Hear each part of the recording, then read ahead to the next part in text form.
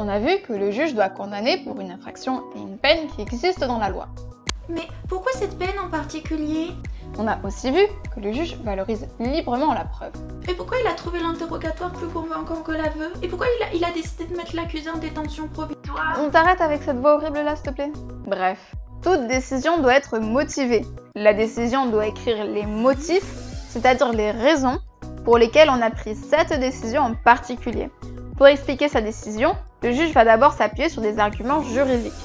Pourquoi vous m'avez mis que 6 mois? Alors, c'est écrit dans la décision que l'on vous a condamné pour vol simple.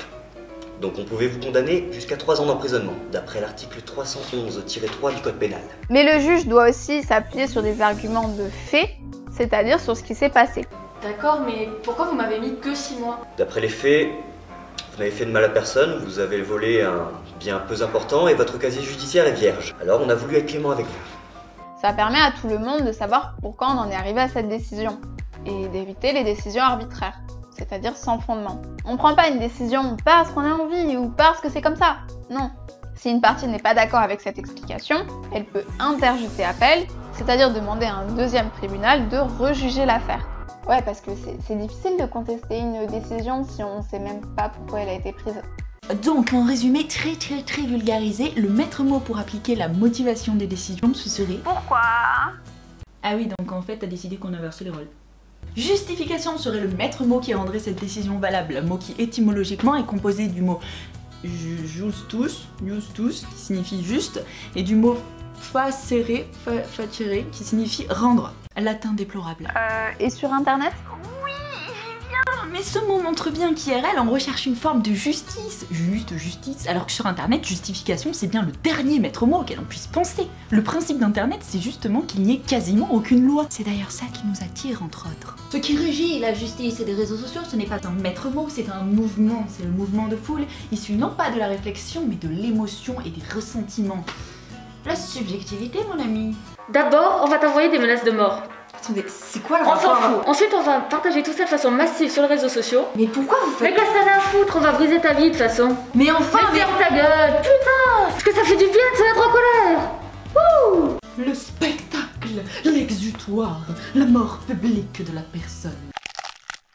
Quand on estime que la personne a fait une erreur et que cette erreur devient publique, on a le sentiment qu'elle ne porte pas atteinte à une personne en particulier, mais à nous-mêmes et à toute la communauté qui s'y représente. On s'identifie à la victime, donc on veut que plus jamais la personne n'ait le courage de se présenter sur les réseaux sociaux, de se présenter publiquement, on veut la voir disparaître. La motivation des peines permet justement de pousser à la réflexion, de mener à une possibilité de débattre et pour l'accusé de faire appel si jamais il semble qu'une décision soit injuste ou disproportionnée.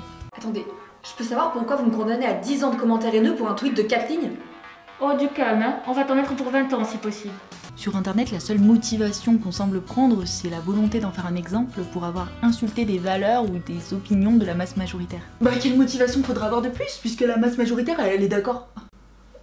Malheureusement, quand il n'y a pas de justification, cela peut vite nous mener à un comportement de mouton et suivre le chef du troupeau au lieu de réfléchir par soi-même. Après tout, sur certains réseaux, on nous appelle bien les followers. Ah, ils ont dit qu'il était coupable, hein, pourquoi chercher des motivations valables? C'est ce qui se passait avec la justice populaire du Moyen-Âge. Qu'importe de savoir comment ou pourquoi il était accusé, lorsqu'un homme était exposé sur la place publique, souvent la tête coincée dans un pilori, il était forcément coupable. C'est ce que l'on appelait l'exposition publique, le principe étant d'infliger à l'accusé une peine afflictive et infamante. Cette méthode a aussi été utilisée sous l'Ancien Régime. Leave, Roland. Let them have me. God love you, William. Après, certains ne sont pas des moutons, hein. Certains ont un véritable avis fondé sur ce que disent les médias et ce qui est affiché sur internet et les réseaux sociaux. Est-ce que la justification de fustiger ou défendre une personne est remplie alors qu'elle repose sur des preuves potentiellement fausses ou incomplètes? Justice.